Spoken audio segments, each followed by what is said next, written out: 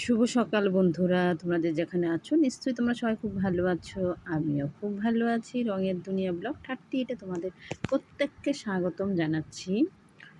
আমি ফার্স্টে বেরোইনি। আমি এখনই কটা বাজে, 9:45 বাজে, আর আমার মেয়ে বেরোচ্ছে। আজকে দেরি হয়ে গেছে আর একটু বেরোতে।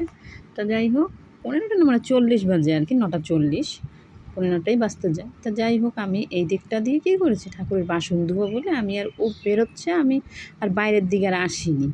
এমনিতে আমি অন্যদিন তো বাইরের দিকে এসে তাড়াহুড়ো লেগে গেছে, কাজ করছিলাম ওইদিকে। তারপরে না, মেয়েকে দেখতে পাচ্ছি না, এই রাস্তাটা না দিয়ে না গিয়ে না উল্টো দিকের রাস্তা দিয়ে যাচ্ছে। আমিও ঠাকুরের বাসনটা সবে নিয়ে গেছি। তো এবার আমি বলি, কী রে তুই এদিক দিয়ে যাচ্ছিস কেন? বলছে জল। তারপর তো বেরিয়ে দেখি এরকম জল, রাতে তো বৃষ্টি হয়েছে। এবার বুঝতে পারিনি যে জলটা হয়ে গেছে, দাঁড়িয়ে আছে। বৃষ্টি তো মাঝে মাঝেই হচ্ছে। তারপরে বাইরে বেরিয়ে দেখি যে এরকম অবস্থা, জল। দেখো এই দিকটা জল, মানে এইদিকে হলো গিয়ে এই থেকে আর জল নেই। এরপরেই তো আমাদের বাড়িটা, মানে আমাদের বাড়ি থেকে বেরোবার পরে এই জলটা নেই। এই যে দেখো এইদিকে, এই যে আমাদের গেট থেকে বেরোবার রাস্তাটা, এই দেখো এই দিকের রাস্তাটাই আমার নিয়ে গেছে। এদিক দিয়েও যাও, যে অটো স্ট্যান্ড দিয়ে অটো করে যাবে, তো সেই কারণে ওই দিক দিয়ে গেছে। এবারে ছোটকাটা বলছে, ও আন্টি তুমি কী করছো? তারপর ওকে আবার একটু তুলে নিলাম। এই দেখো আমাদের গেট, ভিতরে কিন্তু একটু জল দেখা যাচ্ছে। মানে বৃষ্টি যে হয়েছে, মানে অল্প অল্প জল আছে। এরা প্রত্যেক বছর না ইট পেতে দেয়, কিন্তু এবার বছর আর ইট পাতা হয়নি। ইট পেতে দিলে কী হয়, হাঁটাচলা করতে অসুবিধা হয় অনেকটা। তারপরে এইদিক সেদিক চতুর্দিকে, কিন্তু বৃষ্টি যদি আরও হয় তাহলে জলে ভরে যাবে, বাড়ির ভিতর তো জল ঢুকবেই, কারণ কিছু করার নেই। তারপর জল এদিক সেদিক দেখে টেখে তারপরে আমি কি করলাম, ভিতর দিকে কি গেটের ভিতরে এসে ঠাকুরের বাসন রেখে গেছি। ঠাকুরের বাসন ধোবো। আর আমার দেখো সজনে গাছটা সেই লাগিয়েছিলাম, তোমাদের সাথে তো আমি শেয়ার করেছিলাম, দেখিয়েছিলাম যে সজনে গাছটা দেখো কতটাই বড় হয়ে গেছে। গাছটা কিন্তু অনেকটা বড় হয়ে গেছে। দেখো ভালো লাগছে কিন্তু, বেশ কচি কচি পাতাগুলো, বেশ সুন্দর পাতাগুলো। তারপর তো দেখো আমি এবার আস্তে আস্তে না ফুল গাছের দিকে যাচ্ছি। আজকেও একটা লাল, মানে চন্দন গাছের ডালে, এইদিকে একই ডাল, কিন্তু এইদিকে ডাল এসে একই গাছের ডাল, ওই দিকে গেছে চন্দন গাছে লাল জবা ফুল ফুটেছে। ওটা আমি দেখার জন্য আবার আমি আসলাম। ওই দেখো, তারপর দেখো এই যে দেখো দুটো ফুল আমি একসাথে দেখা, বৃষ্টিতে না মানে কেমন একটা হয়ে গেছে। আমার খুব ভালো লাগছে ফুলটা এর আগেও শেয়ার করেছিলাম তোমাদের সাথে যে ফুলগুলো। আর গাছ তো এদিক সেদিক আমি এবার গাছ দেখাচ্ছিলাম।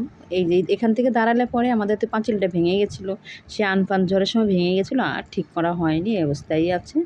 আর যেখানে চন্দন জবা গাছটা, এখানে একটা বিশাল বড় একটা আম গাছ ছিল আর কি, আনপান ঝড়ে পড়ে গেছিলো। আর এই দেখো পেঁপে গাছটাও হয়েছে। আমি পেঁপে গাছের দানা ফেলেছিলাম, পেঁপে গাছটাও দেখা যাচ্ছে বেরিয়েছে। আর ওই যে ঠাকুরের বাসন দেখা যাচ্ছে, মানে এদিক থেকে আমি তুলে নিলাম। তারপরে দেখো আমি আস্তে আস্তে এই দেখো অ্যালোভেরা গাছের দিকে। মানুষের দরকার পড়লে যে কোনো জিনিসই দেখবে। যখন আমার কী হয়েছিল, মুখে স্পট পড়ে গেছিলো, মানে কেমন একটা দাগ দাগ দাগ দাগ হয়ে গেছিলো। তারপরে একজন বলেছিল কাঁচা হলুদের সাথে না এই যে অ্যালোভেরাটা জেলটিটা করে দিলে না খুব ভালো উপকার। কোথাও তখন খুঁজে পাইনি। তার যখন আমি কাটিং শিখছিলাম, যার কাছে কাটিং শিখছিলাম সে আমাকে বলছিল যে এরকম তুমি করো, এই অ্যালোভেরা আমার বাড়িতে আছে, ছোট্ট গাছ, একটা ছোট্ট মানে রিং একটা গাছ এনে দিয়েছিল। সেই গাছটাকে আমি বসিয়েছিলাম, আরও প্রচুর বেরিয়েছিল। যত্ন না করলে এখন দরকার নেই, ওই জন্য কেমন শুকনো শুকনো হয়ে গেছে। আর গাছটা না আগে না অ্যালোভেরাগুলো বেশ মোটা মোটা ছিল, এগুলো কি সুন্দর। ওইখান থেকে নিয়ে না আমি হলুদ দিয়ে লাগাতাম, কিন্তু লাগাতে আমার কোনো কাজ হয়নি সেরকম। তো যাই হোক, এখন আমি কি ঠাকুরের বাসন ধুতে গিয়ে, তারপরে তো দেখো আমি ঠাকুরের বাসন মাজতে গিয়ে কী অবস্থা দেখো। বাসন মাজতে গিয়ে না ঝপঝপ করে বৃষ্টি চলে আসলো। এইবার মাথা ফাথা ভিজে গেছে, মাথায় বৃষ্টি পড়ে গেছে। বাসন মাজা হয়ে গেছে, ধুচ্ছি, কয়েকটা বাকি আছে, ধুয়েই রেখে এসেছি, একবারে ধুয়ে টুয়ে রেখে এসেছি। এবার ছাতা নিতে এসেছি, কী ছাতা নেব বলো। প্রথমে তো ছাতাটা না এমন টাইট হয়ে গেছিলো, তারপর না আমি কী করেছি, একটু তেল দিয়েছিলাম। এর আগের বার এরকম হয়েছিল টাইট, এবার কি তেলটাই বেশিই পড়ে গেছে কিনা জানি না। এবার যত উঁচুর দিকে উঠাই তত ঢকঢক করে নেমে যায়। আর আমার মেয়েকে যদি বলি না, যখন ছাতা সাইকেলে করে যায়, যদি বলি কি ছাতাটা একটু ধর, কি রোদ পড়ে যাচ্ছে, বলে কি তোমার ছাতা তুমি ধরো, এই ছাতা নিয়ে আমি করতে পারি না। মানে যত ছাতাটাকে বলে কি এরকম টেনে ধরে রাখতে হয়, ওরকম করে কি ছাতা নিয়ে করা যায়, কাজ করা যাবে না, একদম পুরো একদম। এখন যত উঠাচ্ছি ততই নেমে যাচ্ছে, কিন্তু কিছু করার নাই, এটাকে নিয়েই আমাকে এখন ফুল তুলতে হবে। কারণ এখন যদি আমি চলে যাই মাছ ধরি, গিয়ে মাছ ধরলে আর এখন ফুলটা তাহলে আর আমি তুলতে পারবো না। সেই কারণে ভাবলাম কী আর করব। দেখো আবার এই দেখো বাসনগুলো ধুয়ে রেখে দেখো বৃষ্টিতে পুরো ভিজে টিজে কী অবস্থায় জায়গাটা। তা আর কী করার আছে, আমার বাসন টাসন ধোয়া হয়ে গেছে, তাও ভাগ্যিস বাসনটা ধোয়া হয়ে গেছিলো, মানে বাসনটা ধুতে নিয়েছিলাম তখনই বৃষ্টিটা নেমেছে। তা এখন আমি কী করলাম, ছাতা নিয়ে বাইরের দিকে নিয়ে গেলাম, ফুল তোলার জন্য নেমে গেলাম। মানে ফুলগুলো আগে তুলে নিই, এবার মাছ ধরলে পরে সেই যখন পুজো করব তখন আবার তখন ফুলটাকে তুলে নিতে হবে। সমস্ত কিছু রেডি করে রাখলে না পুজোটা দিতে বেশি সময় লাগে না, শুধু জলটা নিয়ে এসে পুজোটা দিয়ে দিতে পারবো। এবার আমি সমস্ত রেডি করে রেখে দিই, বেলপাতা, ফুল, এই যে বাসন টাসন ধুয়ে সব কমপ্লিট করে রেখে দিই। আর সেই কারণে মানে পুজোটা দেওয়া তাড়াতাড়ি হয়ে যায়। তারপরে গেলাম, এই দেখো বারবার ছাতা নিয়ে কী অবস্থা, কি ছাতাটাকে নিয়ে মহা বিপদে পড়ে গেছি আমি। মানে না আমি উঁচু হয়ে ঠিক মতনই করতে পারছি, এবার মাথায় জলও পড়লে ঠান্ডা লেগে যাবে, কি করব বলো। বিশাল বিপদে পড়ে গেছি ছাতা নিয়ে। অ্যালার্জি আছে না, একটুখানি অল্পতেই মানে প্রচণ্ড শরীর খারাপ হয়ে যায়। তারপর দেখো আমি ফুলগুলো দেখো তুলে নিচ্ছি টেনে টেনে, কিন্তু ফুলগুলো কিন্তু অনেকটা উঁচুর দিকে, ডাল ধরে টেনে টেনে ফুলগুলোকে পাড়তে হচ্ছে। আমি কিন্তু সব ফুল পাড়তে পারিনি, মানে কাঞ্চন ফুল যেটা পাড়তে পারিনি, যে কটা পেরেছি পেরে নিয়ে বাসন নিয়ে ফুল নিয়ে এবার আমি ছাতাটা নিয়ে অসুবিধা হচ্ছিল।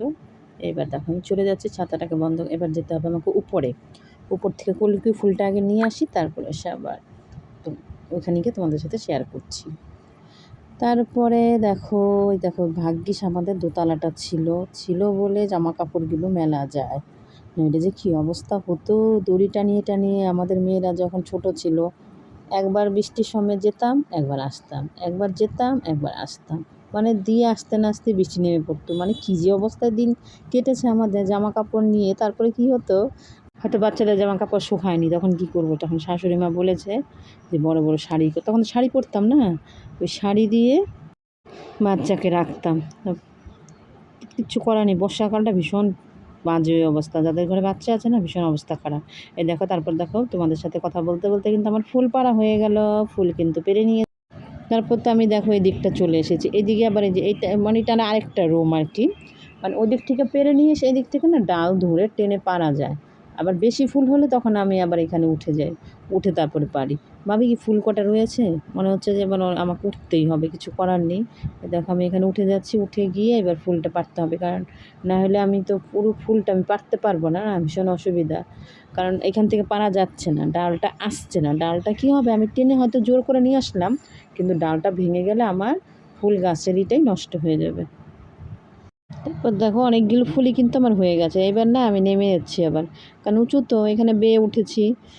কারণ আমার যেহেতু ফুলটা পাড়তে হবে, যেভাবেও ফুলটাকে আমি পেরে নিয়ে যাব, ফুলটাকে আমি এখানে উঁচুতে উঠে পেরে নিলাম। মানে এখানে জানলাটা আর কি, আমাদের এইখানে বড় জানলা কী করে রেখেছে, জানলা তো লাগানো হয়নি, আর দোতলাটাও কমপ্লিট হয়নি। তারপর দেখো সমস্ত কত ফুল দেখেছো, এবার অনেকগুলো ফুল লাগছে, ফুলটা ভালো লাগছে বেশ, অনেকগুলো ফুল। আর আমি পুজোটা তো পরে করব, এখন আমি কি চলে আসলাম ফ্রিজে। এবার আমার যেহেতু সবজি কাটবো, এবার কী সবজি কাটবো, কাটার জন্য আমি ফ্রিজে চলে আসলাম। আজকে হলো সোমবার, আর সোমবার স্কুলে মেয়ের ছুটি আছে, স্কুলে যাবে না, ছুটি স্কুলে যাওয়ার ব্যাপারটা নেই, এই জন্য আমি ধীরে ধীরে করছি। নাহলে অন্যদিন তো মানে তাড়াহুড়া, তখন আর ভিডিও করার টাইম থাকে না, তখন না আমি ভিডিও করবো কি, তখন মানে ছুটতে থাকি, তো সকালে ওঠার পর থেকে ছুটে যাচ্ছি, মেয়েকে দিয়ে এসে তখন একটুখানি রেস্ট পাই। এবার ভাবছি কী সবজি হবে, তাই আমি সাথীকে আবার বলছিলাম যে কী মাছ হবে, তারপর দুজনে মিলে ঝিলেই ঠিক করি যে কী রান্না টান্না হবে টবে। তারপর বলি তেলাপিয়া মাছটা আমি বার করে নিয়েছিলাম, বার করে নিয়ে পেসলিংয়ে নিয়ে এসেই করে জলে দিয়ে রাখছি। সকালবেলা অন্য দিন বার করে রাখি, আজকাল বার করা হয়নি। তাই এবার আমি পরে দেখো পুরো একদম শক্ত হয়ে আছে না, এবার জলে দিয়ে রাখি, জল ভিজতে, মানে আমি সবজিটা কেটে নিই, কাটতে জল কিন্তু দিয়ে যাবে, ভর্তি করে জল দিয়ে দিলাম। এবার ভিজুক আস্তে আস্তে, আমি এবার অন্য কাজগুলো করে নিই। তারপর ঝিঙা নিয়ে এসেছি, পটল নিয়ে এসেছি, উচ্ছে নিয়ে এসেছি, আবার এই যে পেঁপেও নিয়ে এসেছি, আলুও নিয়ে নিয়েছি, এগুলো উচ্ছে আলু ভাজা হবে। আর হলো গিয়ে মানে একটা পাঁচমিশালি ডাঁটা নটি ডাঁটা আছে না, ওটা আমি কালকে কেটে রেখেছিলাম, কালকে দুপুরবেলা রান্না করতে করতে না ডাঁটাটা কেটে রেখেছিলাম।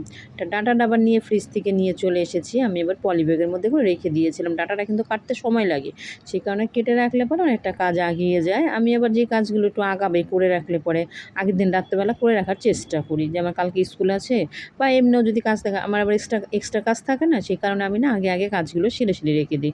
আগে কাজ সেরে রাখলে না অনেক সুবিধা হয়। তারপর না আমি এবার এই ডাঁটাটার মধ্যে না একটু শুকনো না একটু জল দিয়ে নিলাম, একটু নুন দিয়ে না ভালো করে চটকে রেখে দিচ্ছি।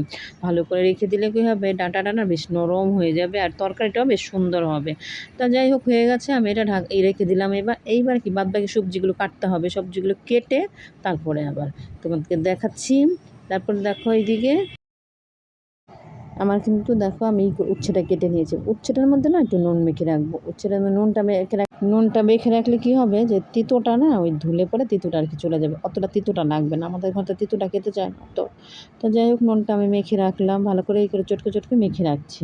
একটু জল নিয়ে নিয়েছি, তাহলে শুকনো না মাখা যায় না, অসুবিধা হয়। তারপর তো দেখো এদিকে কী করলাম, এবার বাদবাকি সবজিগুলো কাটা বাকি রয়েছে, এবার কেটে নেই।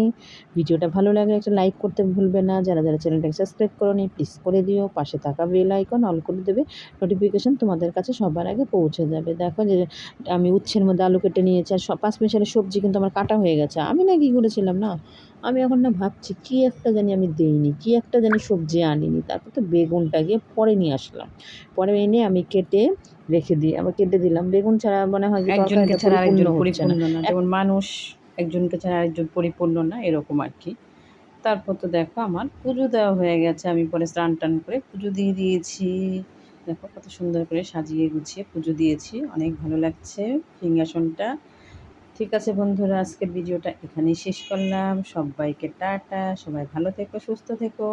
আবার দেখা হবে নতুন একটা ব্লগ নিয়ে, তোমাদের সামনে চলে আসবো। টাটা।